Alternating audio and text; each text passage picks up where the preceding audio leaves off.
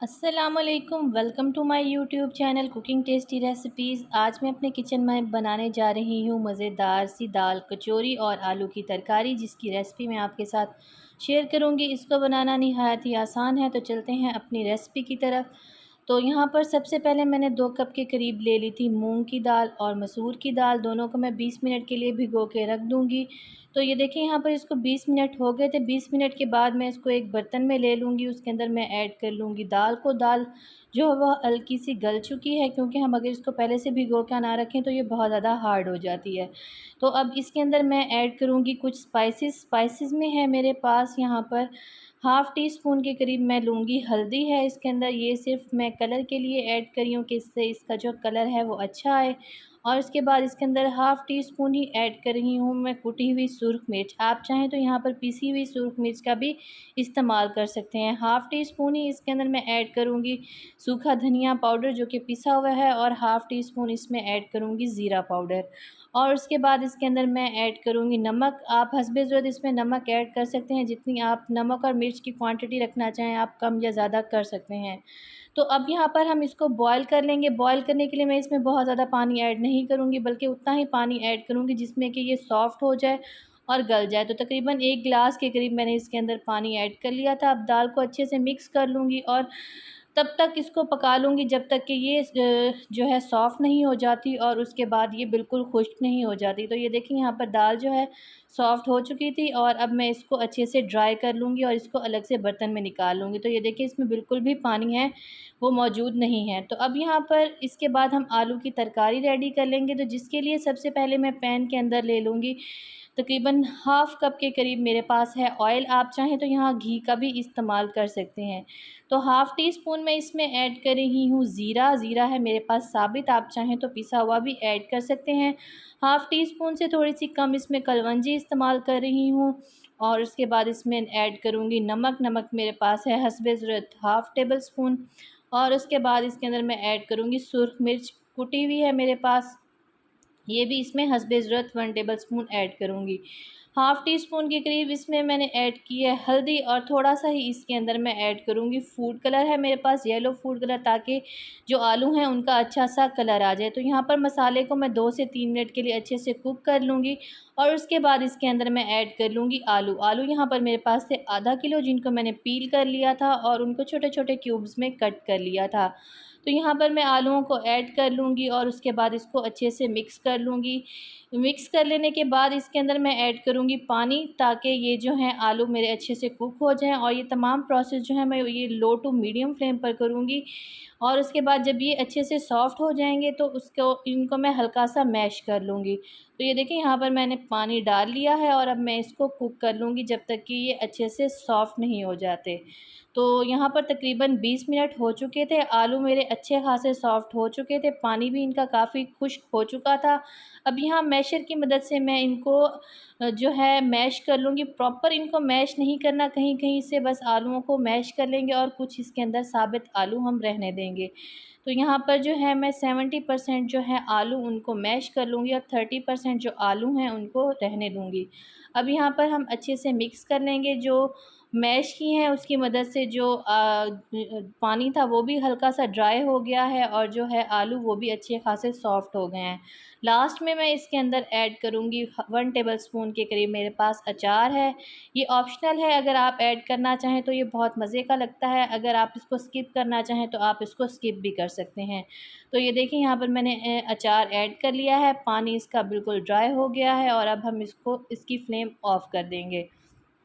यहाँ पर मैं डो है वो रेडी कर रही हूँ कचौरी के लिए। तो हाफ़ टी स्पून मैंने नमक ऐड किया था, 1 टेबल स्पून ज़ीरा, और उसके बाद 2 टेबल स्पून के करीब मैं इसमें ऑयल डाल रही हूँ। आप अजवाइन का इस्तेमाल भी कर सकते हैं। तो तमाम चीज़ों को अच्छे से मिक्स कर लेने के बाद इसको मैं पानी की मदद से गूँध लूँगी। ना हम इसको बहुत ज़्यादा सॉफ्ट रखेंगे और ना ही हम इसको बहुत ज़्यादा हार्ड रखेंगे। जिस तरह के हम आटा गूँथते हैं उसी तरीके से जो है हम इसकी डो रेडी कर लेंगे। तो जितना इसमें पानी रिक्वायर होगा आप उतना ही पानी ऐड कीजिएगा। मैदा यहाँ पर मेरे पास तकरीबन था 3 कप के करीब। तो जितनी आपने कचौरियाँ बनानी हो उसी हिसाब से ही आप इसमें मैदा लें और उसके बाद इसको अच्छे से जो है वो कुक कर लें। तो ये देखें यहाँ पर मैं इसको पानी डालती जाऊँगी और इसको भून लूँगी। तो ये देखें 4 से 5 मिनट में ये बहुत ही अच्छा सा भुन गया है। अगर ये आपके हाथ पे बेतहाशा चिपक रहा हो तो आप मज़ीद भी इसके ऊपर ऑयल डाल सकती हैं। तो लास्ट में मैं इसके ऊपर हल्का सा ऑयल लगाऊंगी और उसके बाद इसको कवर करके रख दूंगी ताकि जो आटे को है वो अच्छा सा रेस्ट आ जाए। तो यहाँ पर मैं तकरीबन 25 मिनट का इसको रेस्ट दूंगी और उसके बाद जो है इसके पेड़े बनाकर रेडी कर लूँगी। तो रेस्ट के बाद अगेन मैंने इसको हल्के हाथों से गूंद लिया है ताकि जो आटा है वो अच्छे से जो है सेट हो जाए और उसके बाद इसके जो है मैं कचौरियाँ इक्वल साइज़ की जो है पेड़े बना लूँगी और उसके बाद इनको रेडी कर लूँगी। तो ये देखिए इतना साइज़ मैंने इसका लिया है। आप चाहें तो बड़ी कचौरी भी बना सकते हैं, चाहे तो छोटी कचौरी भी बना सकते हैं। आप इसको हाथ की मदद से भी बेल कर बड़ा कर सकते हैं और चाहे तो बेलन की मदद से भी इसको बड़ा कर सकते हैं। तो यहाँ पर मैं हाथ की मदद से भी इसको बड़ा करूँगी और अगर मुझे ज़रूरत होगी बेलन की तो मैं इसको बेलन के ज़रिए भी बड़ा कर लूँगी। बहुत ज़्यादा हमने इसको थिक नहीं करना ये और ना ही बहुत ज़्यादा थिन हो, ये नॉर्मल साइज़ की ही कचौरी बनेगी। तो ये देखें यहाँ पर मैंने इसको बेल लिया है और अब जो दाल का मिक्सचर है जो हमने ड्राई करके रखा था ठंडा होने के लिए उसको मैं इसके अंदर ले लूँगी। बहुत ज़्यादा हम इसको फ़िलअप नहीं करेंगे क्योंकि इस तरीके से जो मिक्सचर है उसके बाहर आने का ख़तरा होता है और कचौरियाँ जो हैं वो फट जाती हैं। तो अगर आपको मेरा ये तरीका अच्छा लग रहा हो, मेरी वीडियो आपको अच्छी लग रही हो तो मेरी वीडियो को ज़रूर लाइक करें और मुझे कमेंट्स में बताएं कि आपको मेरी रेसिपी कैसी लगी। मज़ीद अच्छी वीडियोस के लिए मेरे चैनल का विज़िट ज़रूर करें, मेरे चैनल को सब्सक्राइब कर दें ताकि मेरी आने वाली हर नई वीडियो का नोटिफिकेशन जो है वो बर वक्त आप तक पहुंच सके। तो ये देखें कुछ इस तरीके से मैंने एक कचौरी रेडी कर ली है। जो एक्स्ट्रा आटा था उसको रिमूव कर दिया है। जो दूसरी कचौरी है उसको भी मैं इसी तरीके से आपके सामने बनाऊंगी ताकि अगर किसी किस्म की कोई आपको किसी किस्म का मसला है तो आप इसमें देख सकते हैं। तो ये देखें इस तरीके से मैंने दूसरी भी रेडी कर लिया है, उसको भी मैं फ़ोल्ड कर लूँगी और उसमें से भी जो एक्स्ट्रा आटा होगा उसको मैं रिमूव कर दूँगी। इसके जो एंड्स हैं उनको अच्छे से आपने जो है कवर करना है ताकि कचौरी जो है वो खुले ना। तो ये बहुत ही मज़ेदार बनती है, आप इसको नाश्ते के टाइम पे बनाएं। और ये स्पेशली मेरे जो है भाई ने मुझे इस चीज़ की फ़रमाइश की थी कि मुझे ये बना कर दें, जिसके लिए मैंने उसकी खातिर बनाई थी।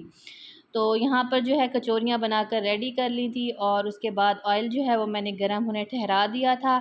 ऑयल मैंने लो टू जो है मीडियम फ्लेम है उस पे मैंने इसको गर्म करना ठहरा दिया था, बहुत ज़्यादा हाई फ्लेम नहीं है इसकी। तो यहाँ पर हाथ की मदद से मैं कचौरी को हल्का सा फैला लूँगी। अगर ये फैल ना रही हो तो आप हाथ पर हल्का सा ऑयल भी लगा सकते हैं। तो इस तरीके से हाथ की मदद से मैं इसको फैला लूँगी और हल्का-हल्का सा इसको प्रेस करती जाऊँगी। अब इसके बाद हम इसके अंदर इसको ऐड कर लेंगे। तो ये देखें ऑयल जो मेरा है आप देख रहे हैं बेतहाशा गर्म नहीं है, हल्के-हल्के से बबल्स बन रहे हैं। ये इसलिए कि क्योंकि अगर हम इसको हाई फ्लेम पर फ्राई करेंगे तो ये ऊपर से कुक हो जाएगी और अंदर से जो है कचौरी हमारी वो कच्ची रह जाएगी। तो यहाँ पर मैंने एक बनाकर इसमें डाली थी, दूसरी भी बनाकर इसके अंदर डाल लूँगी और उसके बाद यहाँ पर इसको मैं मीडियम फ्लेम पर कुक करूँगी। जैसे ही ये मीडियम फ्लेम पर कुक होंगी तो ऊपर आना शुरू हो जाएंगी। आप देखें कि जब इनकी एक साइड कुक होगी तो ये खुद ब खुद नीचे पैदे को छोड़ देंगी और ऊपर की तरफ उठना स्टार्ट हो जाएंगी। जब ये ऊपर की तरफ उठना स्टार्ट हो जाएं तो उसके बाद आप जो है इसकी फ्लेम हाई कर दें और इसको हाई फ्लेम पर कुक करें ताकि जो इनका कलर है वो अच्छा सा आ जाए। तो जैसे ही इनका गोल्डन सा कलर आना स्टार्ट हो जाए तो आपने इसकी साइड चेंज कर लेनी है। इसी तरह उलटते पलटते आपने इसको कुक कर लेना है और कुकिंग का जो टाइम है तकरीबन है वो जो लाइक ये 2 कचौरियाँ मैंने डाली हैं तो इनके कुकिंग का टाइम है तकरीबन 14 से 15 मिनट।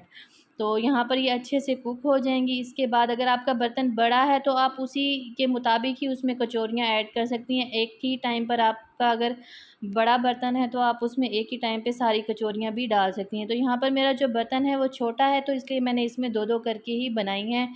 तो ये देखें ये अब खुद ब खुद ही ऊपर की तरफ उठ आई हैं और इनकी जो साइड्स हैं उनको मैं चेंज करती जा रही हूँ और जो जब इनका अच्छा सा कलर आ जाएगा तो उसके बाद मैं इनको ऑयल से रिमूव कर लूँगी। तो ये तमाम जो काम है आपने एहतियात के साथ करना है, क्योंकि ऑयल बेतहाशा गर्म होता है, गिरने का ख़तरा होता है। तो आप एहतियात के साथ कीजिएगा ताकि आपके ऊपर ऑयल ना गिरे। तो यहाँ पर जो है मेरी कचौरियाँ अच्छी खासी जो है वो गोल्डन कलर की हो गई हैं। मुझे इनका यही कलर चाहिए और ये कलर बहुत ही परफ़ेक्ट है। तो अब मैं इसको ऑयल में से रिमूव कर लूँगी एहतियात के साथ। बाकी की तमाम कचौरियाँ भी इस तरीके से रेडी कर लूँगी और उसके बाद जो है हम इसको कर लेंगे डिश आउट और इसको करेंगे सर्व। तो ये वाक़ई ही बहुत कमाल की बनी थी और ये बहुत ही मज़े की बनती हैं। तो ये देखें, मैं आपको जो है कचौरी को तोड़ के भी दिखाती हूँ कि ये अंदर से अच्छी तरह कुक हो चुकी हैं और जो मसाला है वो भी तमाम कचौरी के अंदर है, बिल्कुल भी बाहर नहीं निकला। तो अगर आपको मेरा ये तरीका अच्छा लगा हो तो मेरी रेसिपी को ज़रूर लाइक करें और मुझे कमेंट्स में बताएं कि आपको मेरी रेसिपी कैसी लगी। इसके साथ ही मुझे इजाज़त दें और दुआओं में मुझे याद रखें। मज़ीद अच्छी वीडियोज़ के लिए मेरे चैनल का विज़िट ज़रूर करें। अल्लाह हाफ़िज़।